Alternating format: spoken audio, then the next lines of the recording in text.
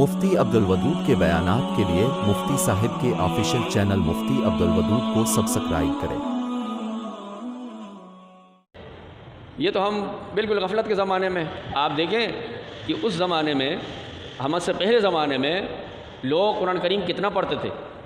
حضرت عثمان رضی اللہ تعالیٰ عنہ کے بارے میں تو ہم نے پڑھا ہوگا کہ ایک رکعت میں پورا قرآن کریم پڑھتے تھے۔ ایک رکعت میں انسان تصور کر سکتا ہے ایک رکعت میں پورا قرآن کریم ختم کرتے ہیں۔ حضرت امام اعظم رحمۃ اللہ علیہ جس کے ہم مقلد ہیں، تقلید کرتے ہیں، وہ روزانہ 2 قرآن کریم ختم کرتے تھے۔ 2 قرآن کریم، یعنی ایک قرآن کریم سے لے کر روزانہ 8 قرآن کریم ختم کرنے کے واقعات موجود ہیں۔ لوگ تاریخ میں گزرے ہیں جنہوں نے، آپ پیچھے مت جائیں، حضرت شیخ الحدیث مولانا زکریا صاحب رحمۃ اللہ علیہ، آپ نے فضائل قرآن میں واقعات پڑھے کہ ان کی دادی مرحومہ وہ روزانہ گھر کے تمام کام کاج کے ساتھ 7 دن میں قرآن کریم ختم کرتی تھی، اور رمضان میں روزانہ 40 پارے پڑھا کرتی تھی گھر کے کام کاج کے ساتھ، 40 پارے۔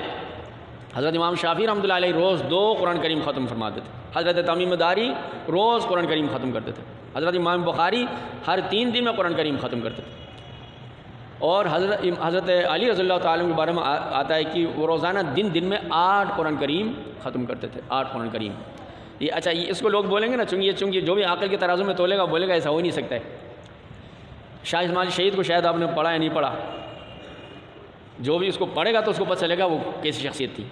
وہ فرماتے ہیں کہ جب انسان قرآن کریم زیادہ پڑھتا ہے، اس سے محبت کرتا ہے اور اس کے عشق میں ڈوب جاتا ہے، تو اللہ تعالیٰ قرآن ختم کرنا ان کے لیے آسان بنا دیتے ہیں۔ اللہ کے بعض بندے گھنٹے 1.5 گھنٹے میں قرآن کریم ختم کرتے ہیں۔ تو لوگوں نے کہا کہ بھائی آپ کوئی ایسا واقعہ ہو تو ہمیں بتا دیں یا کر کے دکھائیں۔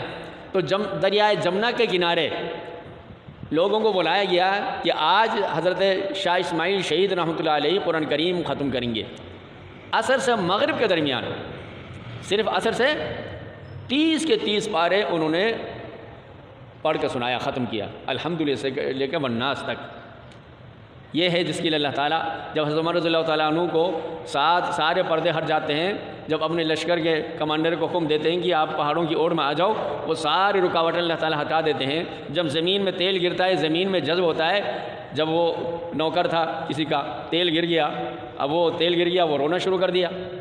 تو کہنے لگے کیوں رو گیا؟ تیل گر گیا۔ تو اس نے زمین کو کہا کہ بھائی اس کا تیل واپس نکال دو۔ وہ تیل واپس آ رہا ہے۔ اور جب زلزلہ آتا ہے تو عمر زمین کو کہتا ہے کہ بھائی کہ تم رک جا، کیا میں تیرے اوپر انصاف نہیں کر رہا ہوں؟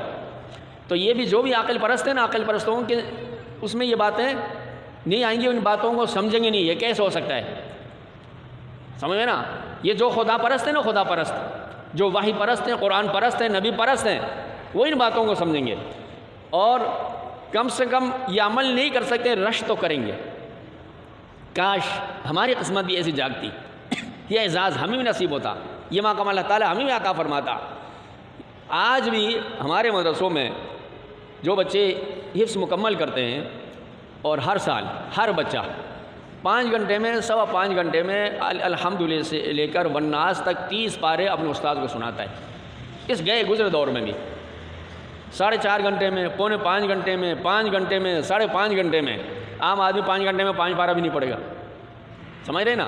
تو آج بھی ان مدارس میں 3 گھنٹے میں، 3.5 گھنٹے میں، 4 گھنٹے میں، 4.5 گھنٹے میں ایک بچہ پورا کے 30 پارے اپنے استاد کو سناتا ہے، جب وہ واقعی امتحان دے رہا ہوتا ہے اس سے پہلے۔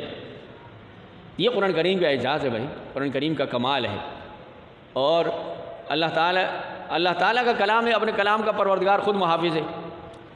ظاہر سی بات ہے، ہر کلام میں جو ایک متکلم کی خوبیاں ہوتی ہیں، جس کا کلام ہوتا ہے اس کی خوشبو اس میں ہوتی ہے۔ ہر شعر میں شاعر کی خصوصیات ہوتی ہیں، شعر سے شاعر کو پہچانا جاتا ہے۔ یہ اس کلام کا متکلم کون ہے؟ رب تعالیٰ خود ہے، اپنے کلام کا وہ خود محافظ ہے، اور اس کو مقام دلانا والا بھی ہے، اور اس کے ذریعے وہ عقلوں کو خیرہ کرنے والی اور جو خلاف عقل خرق عادت کے طور پر وہ معجزات، وہ کرامات ظاہر کرنے والا بھی رب تعالیٰ ہے۔ تو یہ آپ کو اللہ تعالیٰ نے توفیق عطا فرمائی ہے۔ حدیث میں آیا ہے کہ اللہ تعالیٰ سب سے شوق سے ان 2 رکعتوں کو سنتا ہے جو انسان نماز میں 2 رکعت نماز پڑھتا ہے، اس میں قرآن کریم پڑھتا ہے۔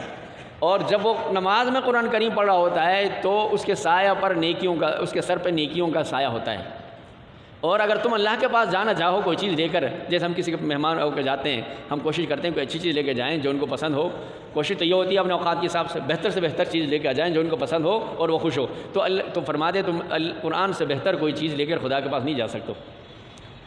تو اللہ تعالیٰ نے آپ کو توفیق دی، ہمارے دوست کو اللہ تعالیٰ نے ہمت عطا فرمائی۔ امام کے لیے بہت مشکل ہوتا ہے منبر پہ کھڑا ہو کے سنانا، حالانکہ مجھے بھی قرآن کریم پورا یاد ہے، تمام متشابہہ کے ساتھ مجھے یاد ہے الحمدللہ۔ میں بھی قرآن نفلوں میں ترتیب سے ختم کرتا ہوں، 15-20 دن میرا بھی ختم ہو جاتا ہے، 20 دن تک ختم ہو جاتے ہیں میرا بھی قرآن، لیکن منبر پہ کھڑا ہو کے سنانا مشکل ہوتا ہے۔ میں ویسے قرآن کریم بغیر دیکھے الحمدللہ سے لے کر والناس تک پڑھتا ہوں، کہ مجھے متشابہات نہیں لگتا، سب متشابہات مجھے یاد ہے، لیکن مجھے کھڑا کریں گے آپ منبر پہ میں سنا نہیں سکتا، منبر کا اپنا ایک پریشر ہوتا ہے، ایک وہ ہوتا ہے۔ تو اللہ نے ہمارے دوست کو اللہ نے توفیق عطا فرمائی، ہمت عطا فرمائی، اس نے ہمت کی، اور دوسرا ختم ہے نا ماشاءاللہ، 2 مرتبہ نماز میں قرآن کریم اللہ نے ختم کرایا۔ اور یہ تمام آیتیں جو آپ حضرات نے اللہ کے دربار میں ہاتھ باندھ کر کھڑوں کے سنی، یہ تمام آیتیں قیامت کے دن آپ کی حاضری کی گواہی دیں گی، بھائی آپ کی سفارش کریں گی۔ قیامت کے دن بھی نہیں ہے، حالت نظر سے آپ کے کام آئیں گی، حالت نظر میں بھی یہ کام آئیں گی، قبر کی رات میں بھی کام آئیں گی، سوال و جواب کے وقت بھی وہ آپ کے کام آئیں گی۔ یہی تو قرآن کریم ہے جو انسان کو سفارش کرتا ہے۔ جب تک حالت نظر تک انسان قرآن کریم کا خیال رکھتا ہے، حالت نظر سے قرآن کریم انسان کا خیال رکھنا شروع کر دیتا ہے جنت میں داخل ہونے تک، اور جنت میں داخل ہونے کے بعد بھی قرآن کی ضرورت پیش آئے گی۔ جنت میں جانے کے بعد سب چیزیں ختم ہوتی ہیں، نماز بھی ختم ہے، عبادت بھی ختم ہے، تلاوت ذکر بھی ختم ہے، اور گناہ کا تصور بھی ختم ہے، اور عبادت کا وہ بھی ختم ہے کہ نہ کوئی ٹائم ہے، نہ کوئی پریشانی ہے، نہ کوئی بیماری ہے، نہ موت ہے، لیکن قرآن کریم ختم نہیں ہوگا۔ جنت میں قرآن کریم کی تلاوت سننے کو ملے گی، اور انہی کانوں کو سننے کو ملے گی جو قرآن کریم کو سننے کو دنیا میں ترستے ہیں، جو قرآن کریم کی تلاوت کے پیاسے ہیں، جو قرآن کریم کی محبت اپنے دل میں جگا کے رکھنا چاہتے ہیں، قرآن کریم کی محبت کا چراغ اپنے سینے میں جلانا چاہتے ہیں۔ اور اگر آپ کو قرآن کریم آپ کو پڑھنا نہیں آتا تو کوشش کریں، کوشش کے بغیر دنیا سے نہ جائیں۔ اگر آپ نے قرآن کریم پڑھا نہیں ہے اور پڑھ بھی نہیں رہے ہیں، یہ تو بہت زیادتی ہے۔ اس کا مطلب ہے قرآن کریم کے حساب سے آپ کو کوئی نیکی نہیں مل رہی، قرآن کریم کا چیپٹر تمہارے حق میں بالکل کلوز ہے۔ ایسے نہیں کریں، ہمت کریں۔ بلکہ اگر آپ کا زبان چلتی نہیں ہے، زبان موٹی ہو گئی، عمر زیادہ ہونے کی وجہ سے پڑھنے میں دقت پیش آ رہی ہے، تو آپ کا اجر بڑھ جاتا ہے۔ والذی یقرؤ القرآن ویتعتع فیہ فلہ اجران، جو بھی قرآن کا زبان لڑکھڑاتی ہے، زبان موٹی ہو گئی، زبان چلتی نہیں ہے، حروف صحیح ادا نہیں ہوتے ہیں، مشقت پیش آتی ہے، تو یہ مشقت آپ کے اجر کو ڈبل کر دیتی ہے، تو یہ گھبرانے کی چیز نہیں ہے۔ اور یہی دیکھیں، یہ قرآن پڑھتے پڑھتے انسان سے دنیا سے جائے گا۔ دیکھیں قرآن کریم ختم نہیں ہوتا، عمریں ختم ہوتی ہیں، دنیا ختم ہوگی، زندگی ختم ہوگی۔ دیکھیں آپ نے قرآن کریم ختم تو نہیں ہوا، ایک رکعت میں والناس تک پہنچ گیا، دوسری رکعت میں دوبارہ شروع ہو گیا، تو قرآن کریم ختم کرنے کی چیز نہیں ہے، آپ صلی اللہ علیہ وسلم کا مصنون عمل ہے۔ یہ پیغام ہم سب کے لیے ہے کہ قرآن کریم ختم کرنے کی چیز نہیں، نہ ختم ہو سکتا ہے۔ کائنات ختم ہوگی، آسمان ختم ہوگا، زمین ختم ہوگی، چاند تارے ختم ہو جائیں گے، سورج کی روشنی ختم ہوگی، سب کچھ ختم ہوگا، ہم عرب ختم ہوں گے، قرآن کریم ختم نہیں ہوگا۔ تو اس وجہ سے یہ مصنون طریقہ ہے کہ پہلی رکعت میں انسان آخری قل پڑھتا ہے، دوسری رکعت میں نئے سرے سے قرآن کریم شروع کرتا ہے۔ اللہ تعالیٰ آپ سب کی کاوشوں کو قبول فرمائے، اور اللہ تعالیٰ ہم سب کو، ہماری تمام نسلوں کو قرآن کریم سے ایسے محبت، ایسا عشق، ایسا تعلق نصب۔ آپ ایمان لائیں، قرآن کریم پر ایمان لائیں۔ آپ قرآن پڑھنے نہیں، کم یقین جانو، آپ خالی جب بھی مسجد آئیں قرآن کریم کو اٹھائیں، سر آنکھوں میں اس کو چومیں، خدا کی قسم تمہیں نیکی ملے گی۔ یہ چومنا خالی، یہ بھی تمہیں فائدے سے خالی نہیں ہے۔ کوشش کریں، یہ وہ اتنا پاورفل سفارشی کتاب ہے، یہ سینہ تان کے سفارش کرے گی۔ بھائی نبی بھی اتنا سینہ تان کے سفارش نہیں کریں گے جتنی صفت سینہ تان کا قرآن کریم۔ جب بھی قرآن کریم پہ نظر پڑے، محبت کی نظر سے دیکھیں، عظمت کی نظر سے دیکھیں، اس کو اپنے سینے سے لگائیں، اس کو چومیں، بولیں ھذا کلام ربی، یہ میرے رب کا کلام ہے، ھذا منشور ربی، یہ میرے رب کا منشور ہے، ھذا کتاب ربی، یہ میرے رب کی کتاب ہے، یہ میرے خدا کا لو لیٹر ہے جو میرے نام پر آیا ہے۔ تو یہ محبت فائدے سے خالی نہیں ہے، اس کو چھونا محبت سے، اس کو چومنا وہ بھی فائدے سے خالی نہیں، پڑھنا بھی فائدے سے خالی نہیں۔ قرآن کریم کی نسبت کی ہر چیزیں سدا بہار چیزیں، ہر لحاظ سے اس میں نیکی ہے۔ اہل قرآن سے محبت کرنا وہ بھی نیکی سے خالی نہیں، اہل قرآن کی عزت کرنا صرف اس وجہ سے، چاہے تمہارا مزاج ملتا ہے نہیں ملتا، ہو سکتا ہے عادتیں آپ کی پسند ہوں، لیکن اس وجہ سے اس سے محبت کرتے ہیں کہ قرآن کریم کی نسبت ان کے ساتھ لگی، یہ بھی بخشش کا ذریعہ ہے، یہ بھی نیکیوں سے خالی نہیں ہے۔ اللہ تعالی ہم سب کو، ہماری تمام نسلوں کو قرآن کریم کا عشق نصیب فرمائے، اس کی تلاوت نصیب فرمائے، اس کے علم نصیب فرمائے، اس پر عمل نصیب فرمائے، اور مرتے دم تک اللہ تعالیٰ قرآن کریم کو ہمارے ورد زبان فرمائے۔